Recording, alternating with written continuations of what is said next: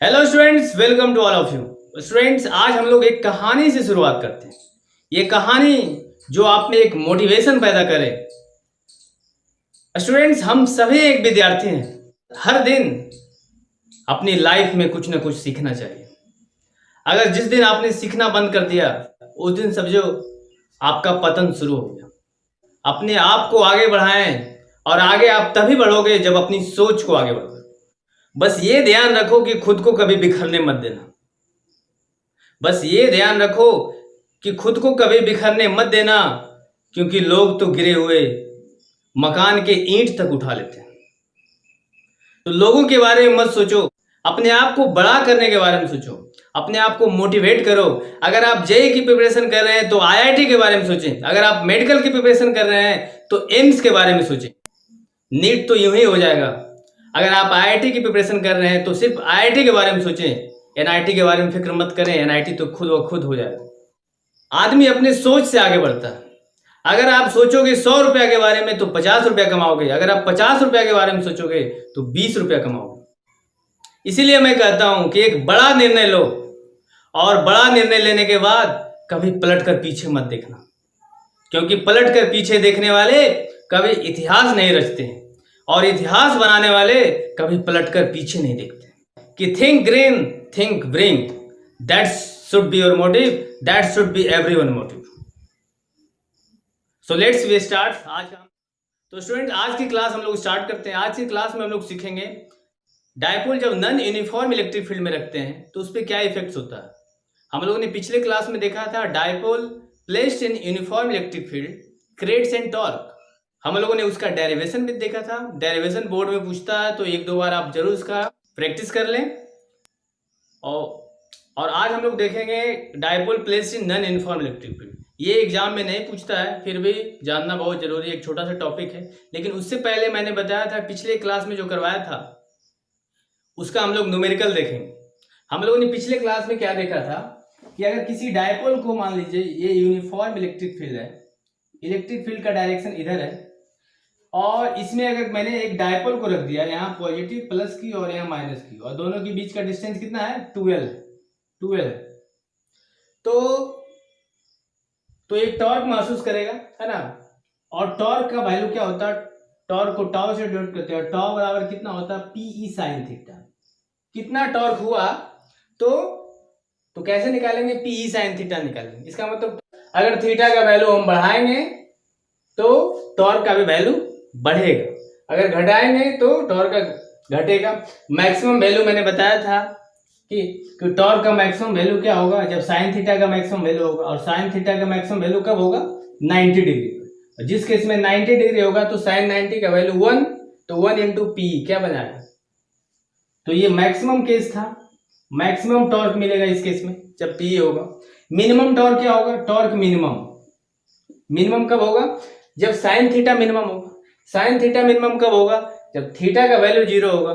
Sign 0 का value 0 into something क्या होगा 0।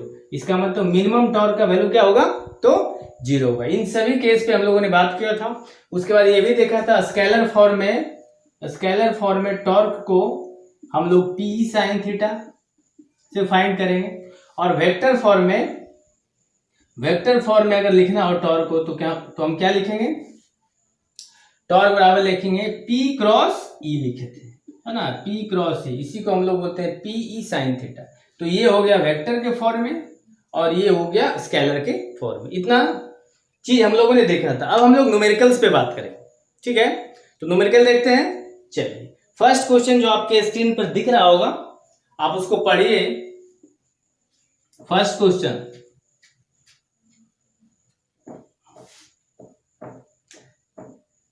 क्या कह रहा है, क्वेश्चन कह रहा है कि जब किसी डायपोल को हम लोग यूनिफॉर्म इलेक्ट्रिक फील्ड में रखते हैं तो उसका मैक्सिमम टॉर्क क्या होगा। ये क्वेश्चन है। अभी जस्ट मैंने बताया था कि फर्स्ट क्वेश्चन का सॉल्यूशन देखते हैं। मैक्सिमम टॉर्क का, तो पहले तो टॉर्क को हम फाइंड करने के लिए फॉर्मूला क्या बताया था हमने, पीई साइन थीटा। टॉर्क बराबर पीई साइन थीटा। तो मैक्सिमम कब, जब साइन थीटा मैक्सिमम होगा। और साइन थीटा का मैक्सिमम वैल्यू कब होता है, जब साइन 90 होता है। इसका मतलब हम पीई साइन 90 डिग्री लिखेंगे। साइन 90 का वैल्यू 1, मीन्स टॉर्क बराबर पी, टॉर्क बराबर पी, और पी क्या था, मैक्सिमम केस था, तो वैल्यू क्या होगा 90 डिग्री होगा। मीन्स डायपोल और इलेक्ट्रिक फील्ड एक दूसरे के 90 डिग्री पे होगा। मान लीजिए ये इलेक्ट्रिक फील्ड है और ये डायपोल है, ऐसे रखते हैं, तो इस केस में मैक्सिमम टॉर्क मिलेगा। यही था, बस ऑप्शन मिला लीजिए। तो मैक्सिमम टॉर्क कब मिलेगा, 90 डिग्री पे होगा, तो एंगल कितना होगा 90 डिग्री, ऑप्शन मिला लीजिए। चलिए अब हम लोग बात करेंगे सेकंड क्वेश्चन पे। सेकंड क्वेश्चन क्या है, आपके बोर्ड पे दिख रहा होगा, देखिए पढ़िए क्या कह रहा है, क्या क्या गिवन है। तो गिवन है जैसा कि आप देख सकते हैं, कह रहा है एक डायपोल है, डायपोल का लेंथ दिया हुआ कितना है, लेंथ है 2 सेंटीमीटर, यहां से यहां तक 2 सेंटीमीटर है, मीन्स इसका लेंथ है डायपोल का 2 सेंटीमीटर, और कितना एंगल पे रखा हुआ है, इलेक्ट्रिक फील्ड से 30 डिग्री पे है ना। तो ई का वैल्यू कितना है, 2 इंटू 10⁵ न्यूटन पर कूलम, और टॉर्क का वैल्यू कितना है 4 न्यूटन मीटर, और एंगल कितना है 30 डिग्री पे। तो बस फाइंड आउट कीजिए, देखिए तो क्या होगा। हम लोग जानते हैं टॉर्क बराबर क्या होता है, टॉर्क बराबर होता है पीई साइन थीटा होता है, यही होता है ना, पीई साइन थीटा। इसका मतलब ये डायपोल, ये इलेक्ट्रिक फील्ड और ये थीटा, थीटा का वैल्यू दिया हुआ, इलेक्ट्रिक फील्ड का भी वैल्यू दिया हुआ, डायपोल हमको फाइंड आउट करना। तो डायपोल बराबर याद कीजिए, डायपोल बराबर क्या होता है, क्यू इंटू डिस्टेंस, यही ना, जिसको आप 12 पढ़ते हो, तो 12 के जगह पर क्या होता था, वो डायपोल का डिस्टेंस है ना। अच्छा डायपोल का डिस्टेंस क्या है, दिया हुआ है, डायपोल का डिस्टेंस है 2 सेंटीमीटर है ना, और टॉर्क का क्या होता है, मीटर में होता है, तो मीटर में होता है, तो सबसे पहले 2 सेंटीमीटर को हम लोग मीटर में बदल लेंगे। चलिए तो डायपोल हम लोग फाइंड करेंगे, तो डायपोल बराबर क्या होगा, Q into distance, Q into distance into E sine theta, यही ना, ई साइन थीटा मैंने पहले भी बताया था डायपोल फाइंड करने के लिए, क्यू इंटू 2d है ना, क्यू इंटू डिस्टेंस। अब देखिए क्यू ही तो हमको फाइंड आउट करना है, तो ठीक है क्यू ऐसे ही रहने देते हैं। डिस्टेंस कितना है 2 सेंटीमीटर है, डिस्टेंस कितना है 2 सेंटीमीटर, तो इसको हम लोग मीटर में बदल लेंगे तो कितना होगा 2 into 10 to the power -2 metre. अच्छा ठीक है, इंटू ई का वैल्यू दिया हुआ, ई का वैल्यू देखिए तो 2 into 10 to the power 5, 2 into 10 to the power 5 है ना, और ई का वैल्यू हो गया, और साइन थीटा का वैल्यू कितना है 30 डिग्री है, तो साइन 30 डिग्री यहाँ कर लेंगे। अब कोई दिक्कत है। अच्छा टॉर्क का वैल्यू कितना दिया है, बोल रहा है कि जैसे हम 30 डिग्री पे रखेंगे तो टॉर्क कितना प्रोड्यूस करेगा, टॉर्क होगा 4 न्यूटन मीटर। इसका मतलब ये टॉ ही था ना वैल्यू, टॉ बराबर दिस, और टॉ का वैल्यू दिया हुआ 4, तो 4 बराबर क्या होगा, तो इधर Q है और इधर कितना है देखिए, तो इधर 2 इंटू 2 कितना हो गया 4, और इधर कितना 10 पे पावर -2 और 10 पे पावर 5 क्या हो जाएगा 10 पे पावर 3, साइन 30 का वैल्यू 1/2। देखिए तो 2 से यहाँ कैंसिल 2, और Q इधर चल जाएगा, तो Q बराबर क्या हो जाएगा देख लीजिए, फाइंड आउट कर लीजिए। Q बराबर क्या हो जाएगा 4/2 इंटू 10 टू द पावर 3 हो जाएगा, 4 से यहाँ कैंसिल 2, बच जाएगा कितना देखिए तो 2, और 10 पे पावर ऊपर जाएगा कितना होगा -3 होगा, 10 टू द पावर -3, ये क्या हो गया कूलम हो गया। तो हम लोग इसी को क्या लिख सकते हैं, Q बराबर लिख सकते हैं 2 इंटू 10 टू द पावर -3 को हम क्या लिख सकते हैं मिली, तो 2 मिली कूलम। क्या ऑप्शन में मिला लीजिए कौन सा है ना, कुछ करना ही नहीं, हर चीज पढ़ाया गया है, बस आप वीडियो को एक बार देखिए, उसके बाद न्यूमेरिकल देखिए, और उसके बाद कोई भी न्यूमेरिकल आप देखिए, किसी भी बुक का आपसे क्वेश्चन बनेगा। ठीक है, चलिए नेक्स्ट क्वेश्चन की ओर बढ़ते हैं, आप इसको राइट डाउन कीजिए। स्टूडेंट जो नेक्स्ट क्वेश्चन जो आपके स्क्रीन पे दिख रहा है, क्वेश्चन है कि 2 अपोजिट एंड इक्वल चार्ज, इसका मतलब डायपोल की बात कर रहा है। 2 अपोजिट एंड इक्वल चार्ज का मैग्नीट्यूड है जो कि आपके स्क्रीन पे दिख रहा होगा, into 10 to the power -8 coulomb है, और दोनों चार्ज के बीच डिस्टेंस कितना है, तो 2 into 10 to the power -2 centimetre, centimetre में डिस्टेंस, तो इसको मीटर में कन्वर्ट करना होगा। पहले क्वेश्चन को आप पढ़ लीजिए, क्या कह रहा है, कह रहा है कि find the value of maximum torque, कितना टॉर्क मैक्सिमम होगा। तो मैक्सिमम टॉर्क के लिए क्या कंडीशन होता है, इलेक्ट्रिक फील्ड और डायपोल को क्या करना होगा 90 डिग्री पे रखना होगा, अभी जस्ट मैंने बताया था। तो क्या होगा, आइए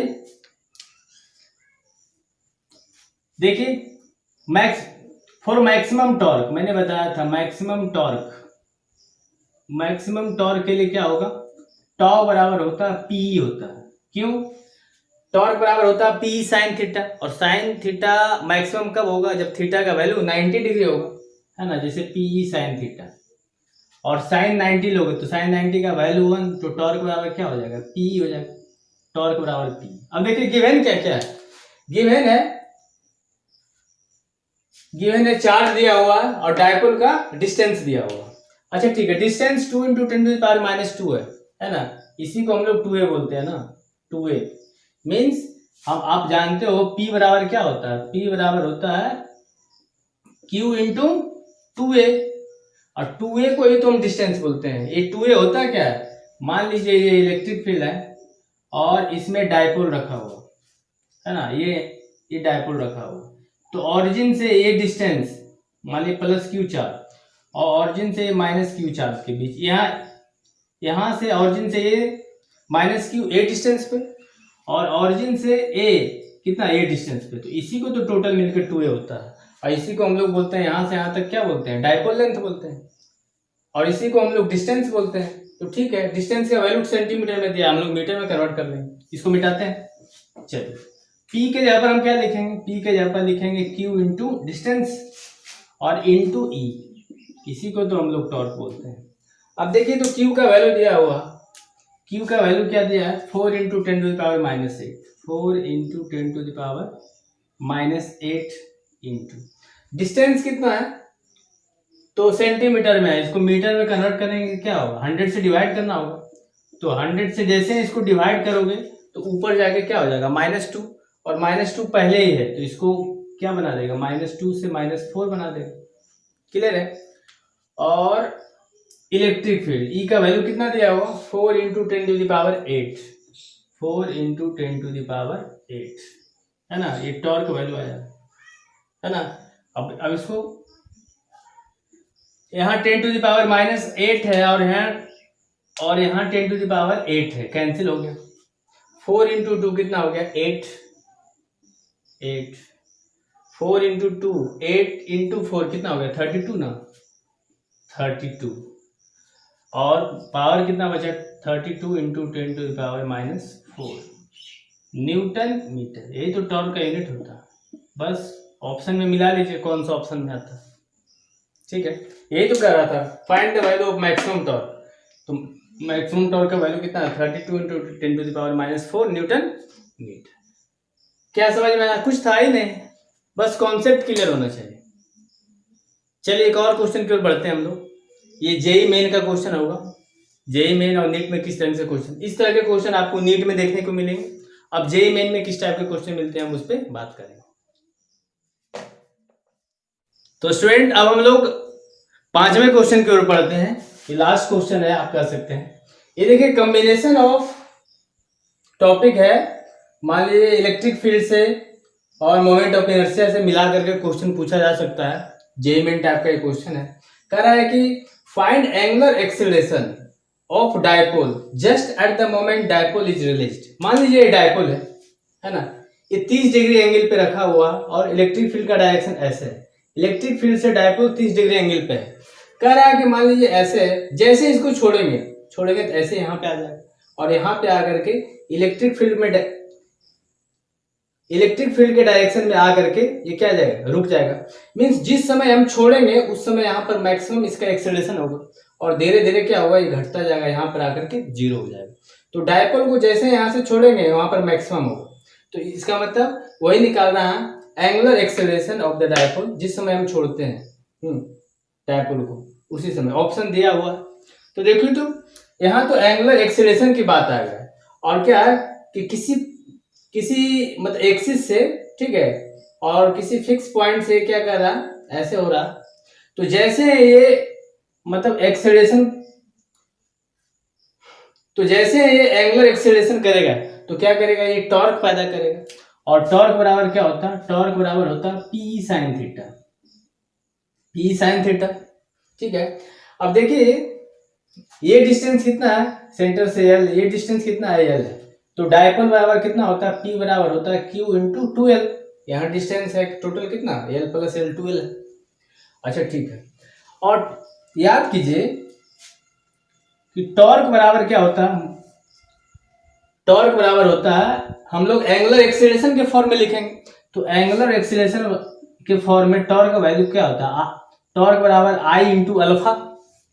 इसमें आई क्या होता है, आई होता है moment of inertia, moment of inertia, moment of inertia,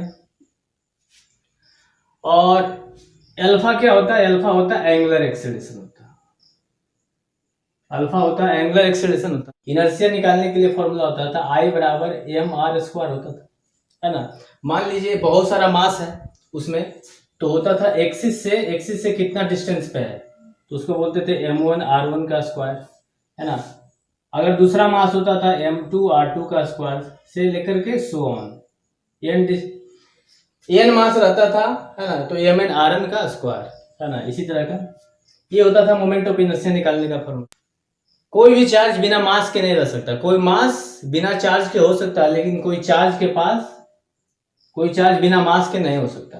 तो ये चार्ज है, तो इसके पास मान लीजिए मास m है, ये भी चार्ज माइनस क्यू है, तो इसमें भी कितना होगा, मास m है, ठीक है। तो चलिए, तो हम इस टॉर्क के जगह पर क्या लिख दें, टॉर्क बराबर आई इंटू अल्फा लिख दें, क्योंकि हमको एंगुलर एक्सेलरेशन लाना है, तो इसके जगह पर ये लिख देते हैं, और यहाँ क्या लाते हैं, पीई साइन थीटा लाते हैं, पीई साइन थीटा। अच्छा ठीक है, डायपोल के जगह पर हम क्या लिखेंगे, पी के जगह पर लिख दें क्यू इंटू 2l लिख दें, P बराबर Q इंटू 2l, चूंकि सारा देख रहे हैं आप Q के फॉर्म में ऑप्शन है, और E साइन थीटा, और साइन थीटा के यहाँ पर कितना होगा, 30 डिग्री होगा, और साइन 30 डिग्री का वैल्यू कितना होता है, 1/2।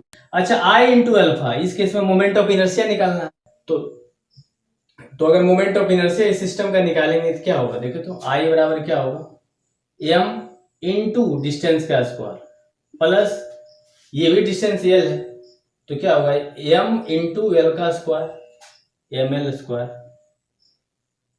है ना।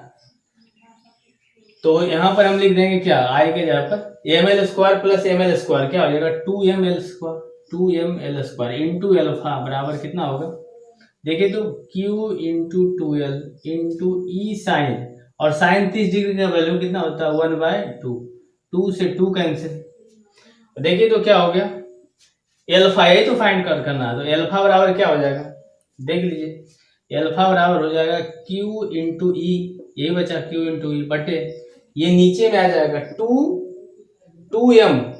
2m l स्क्वायर नीचे आ जाएगा, 2m l स्क्वायर नीचे आ जाएगा। अच्छा एक चीज और है, यहाँ l है तो यहाँ l से एक l कैंसिल हो जाएगा, तो क्या बचेगा, 2m l ही बचेगा, तो यहाँ से स्क्वायर घटा देते हैं, तो एल्फा बराबर क्या आ गया, angular acceleration at the moment dipole is release, value कितना होगा, Q बटे 2ml, कौन सा ऑप्शन, ऑप्शन बी। तो यही बस निकालना था। इस टाइप का क्वेश्चन जेईई मेन में पूछ सकता है, अगर उसको दो टॉपिक के मिला करके क्वेश्चन पूछेगा।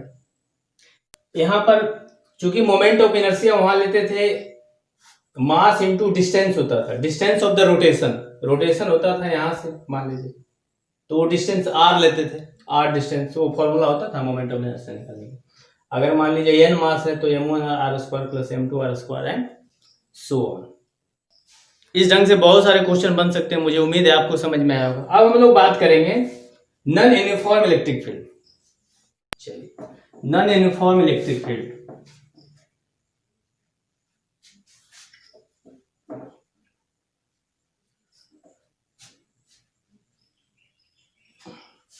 देखिए नॉन यूनिफॉर्म इलेक्ट्रिक फील्ड में डायपोल होगा, डायपोल क्या होगा, dipole in non uniform electric field, non uniform electric field. देखिए अभी तक आपने क्या देखा, यूनिफॉर्म इलेक्ट्रिक फील्ड में थोड़ा सा हम लोग रिवाइज करते हैं। यूनिफॉर्म इलेक्ट्रिक फील्ड में dipole in uniform electric field, थोड़ा सा हम रिवाइज करते थे। नेट फोर्स कितना होता था, नेट फोर्स क्या होता था, ऑलवेज जीरो होता था, नेट फोर्स ऑलवेज जीरो।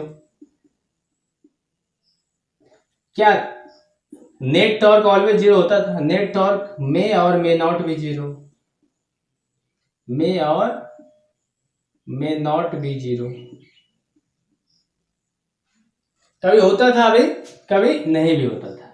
लेकिन नॉन यूनिफॉर्म इलेक्ट्रिक फील्ड में चूंकि आप देखोगे क्या होता था, non uniform electric field charge के कारण, है ना, इलेक्ट्रिक फील्ड का देखो तो मीन्स इस पॉइंट पे इलेक्ट्रिक फील्ड अलग होगा, इस पॉइंट पे इलेक्ट्रिक फील्ड अलग होगा। मीन्स हर एक पॉइंट पे आप क्या देखोगे, इलेक्ट्रिक फील्ड अलग अलग होता है, नॉन यूनिफॉर्म इलेक्ट्रिक फील्ड। जब नॉन यूनिफॉर्म इलेक्ट्रिक फील्ड में अलग अलग होगा, और इस केस में हम डायपोल को मान लीजिए ऐसे रख दिए, तो यहाँ पर इलेक्ट्रिक फील्ड अलग, यहाँ पे इलेक्ट्रिक फील्ड अलग। या किसी केस में हम डायपोल यहाँ रखे थे, तो डायपोल मीन्स इलेक्ट्रिक फील्ड का वैल्यू अलग अलग हो। किसी केस में क्या हुआ, यहाँ रखेंगे तो ये डिस्टेंस और ये डिस्टेंस क्या है, बराबर है, तो इस केस में डायपोल है ना इक्वल, तो इस केस में इलेक्ट्रिक फील्ड इक्वल भी हो सकता है। तो किसी केस में नेट फोर्स जो लगेगा, नेट फोर्स जीरो हो भी सकता है, और किसी केस में नहीं भी हो सकता। तो नेट फोर्स में और may not be zero, may not be zero in non uniform electric field, non uniform electric field. अच्छा, नेट टॉर्क की बात करते हैं, ठीक है, नेट टॉर्क की बात करते हैं। तो वही जब नेट फोर्स अलग अलग होगा, हो भी सकता है, नहीं भी हो सकता है, तो नेट टॉर्क भी क्या, टॉर्क नेट मे और may not be zero, may not be zero, है ना। इसमें हो भी सकता है, नहीं भी हो सकता है, इसी के कारण इसमें नहीं पढ़ना होता, ठीक है, इससे क्वेश्चन में नहीं आता। तो ठीक है, इसी केस में आप लोग देख सकते हो, नॉन यूनिफॉर्म इलेक्ट्रिक फील्ड में नेट फोर्स जीरो हो भी सकता है, नहीं भी हो सकता है। नेट टॉर्क की बात करेगा तो नेट टॉर्क भी जीरो हो भी सकता है और नहीं भी हो सकता है। तो मैक्सिमम पढ़ना था यूनिफॉर्म इलेक्ट्रिक फील्ड के केस में, है ना, टॉर्क क्या होगा, है ना, डायपोल में। तो ठीक है, इस ढंग से हम लोग नेक्स्ट वीडियो में हम लोग कुछ और भी देखेंगे। इसको अच्छे से देखिएगा, बहुत अच्छे अच्छे न्यूमेरिकल इसमें डिस्कस किए गए हैं।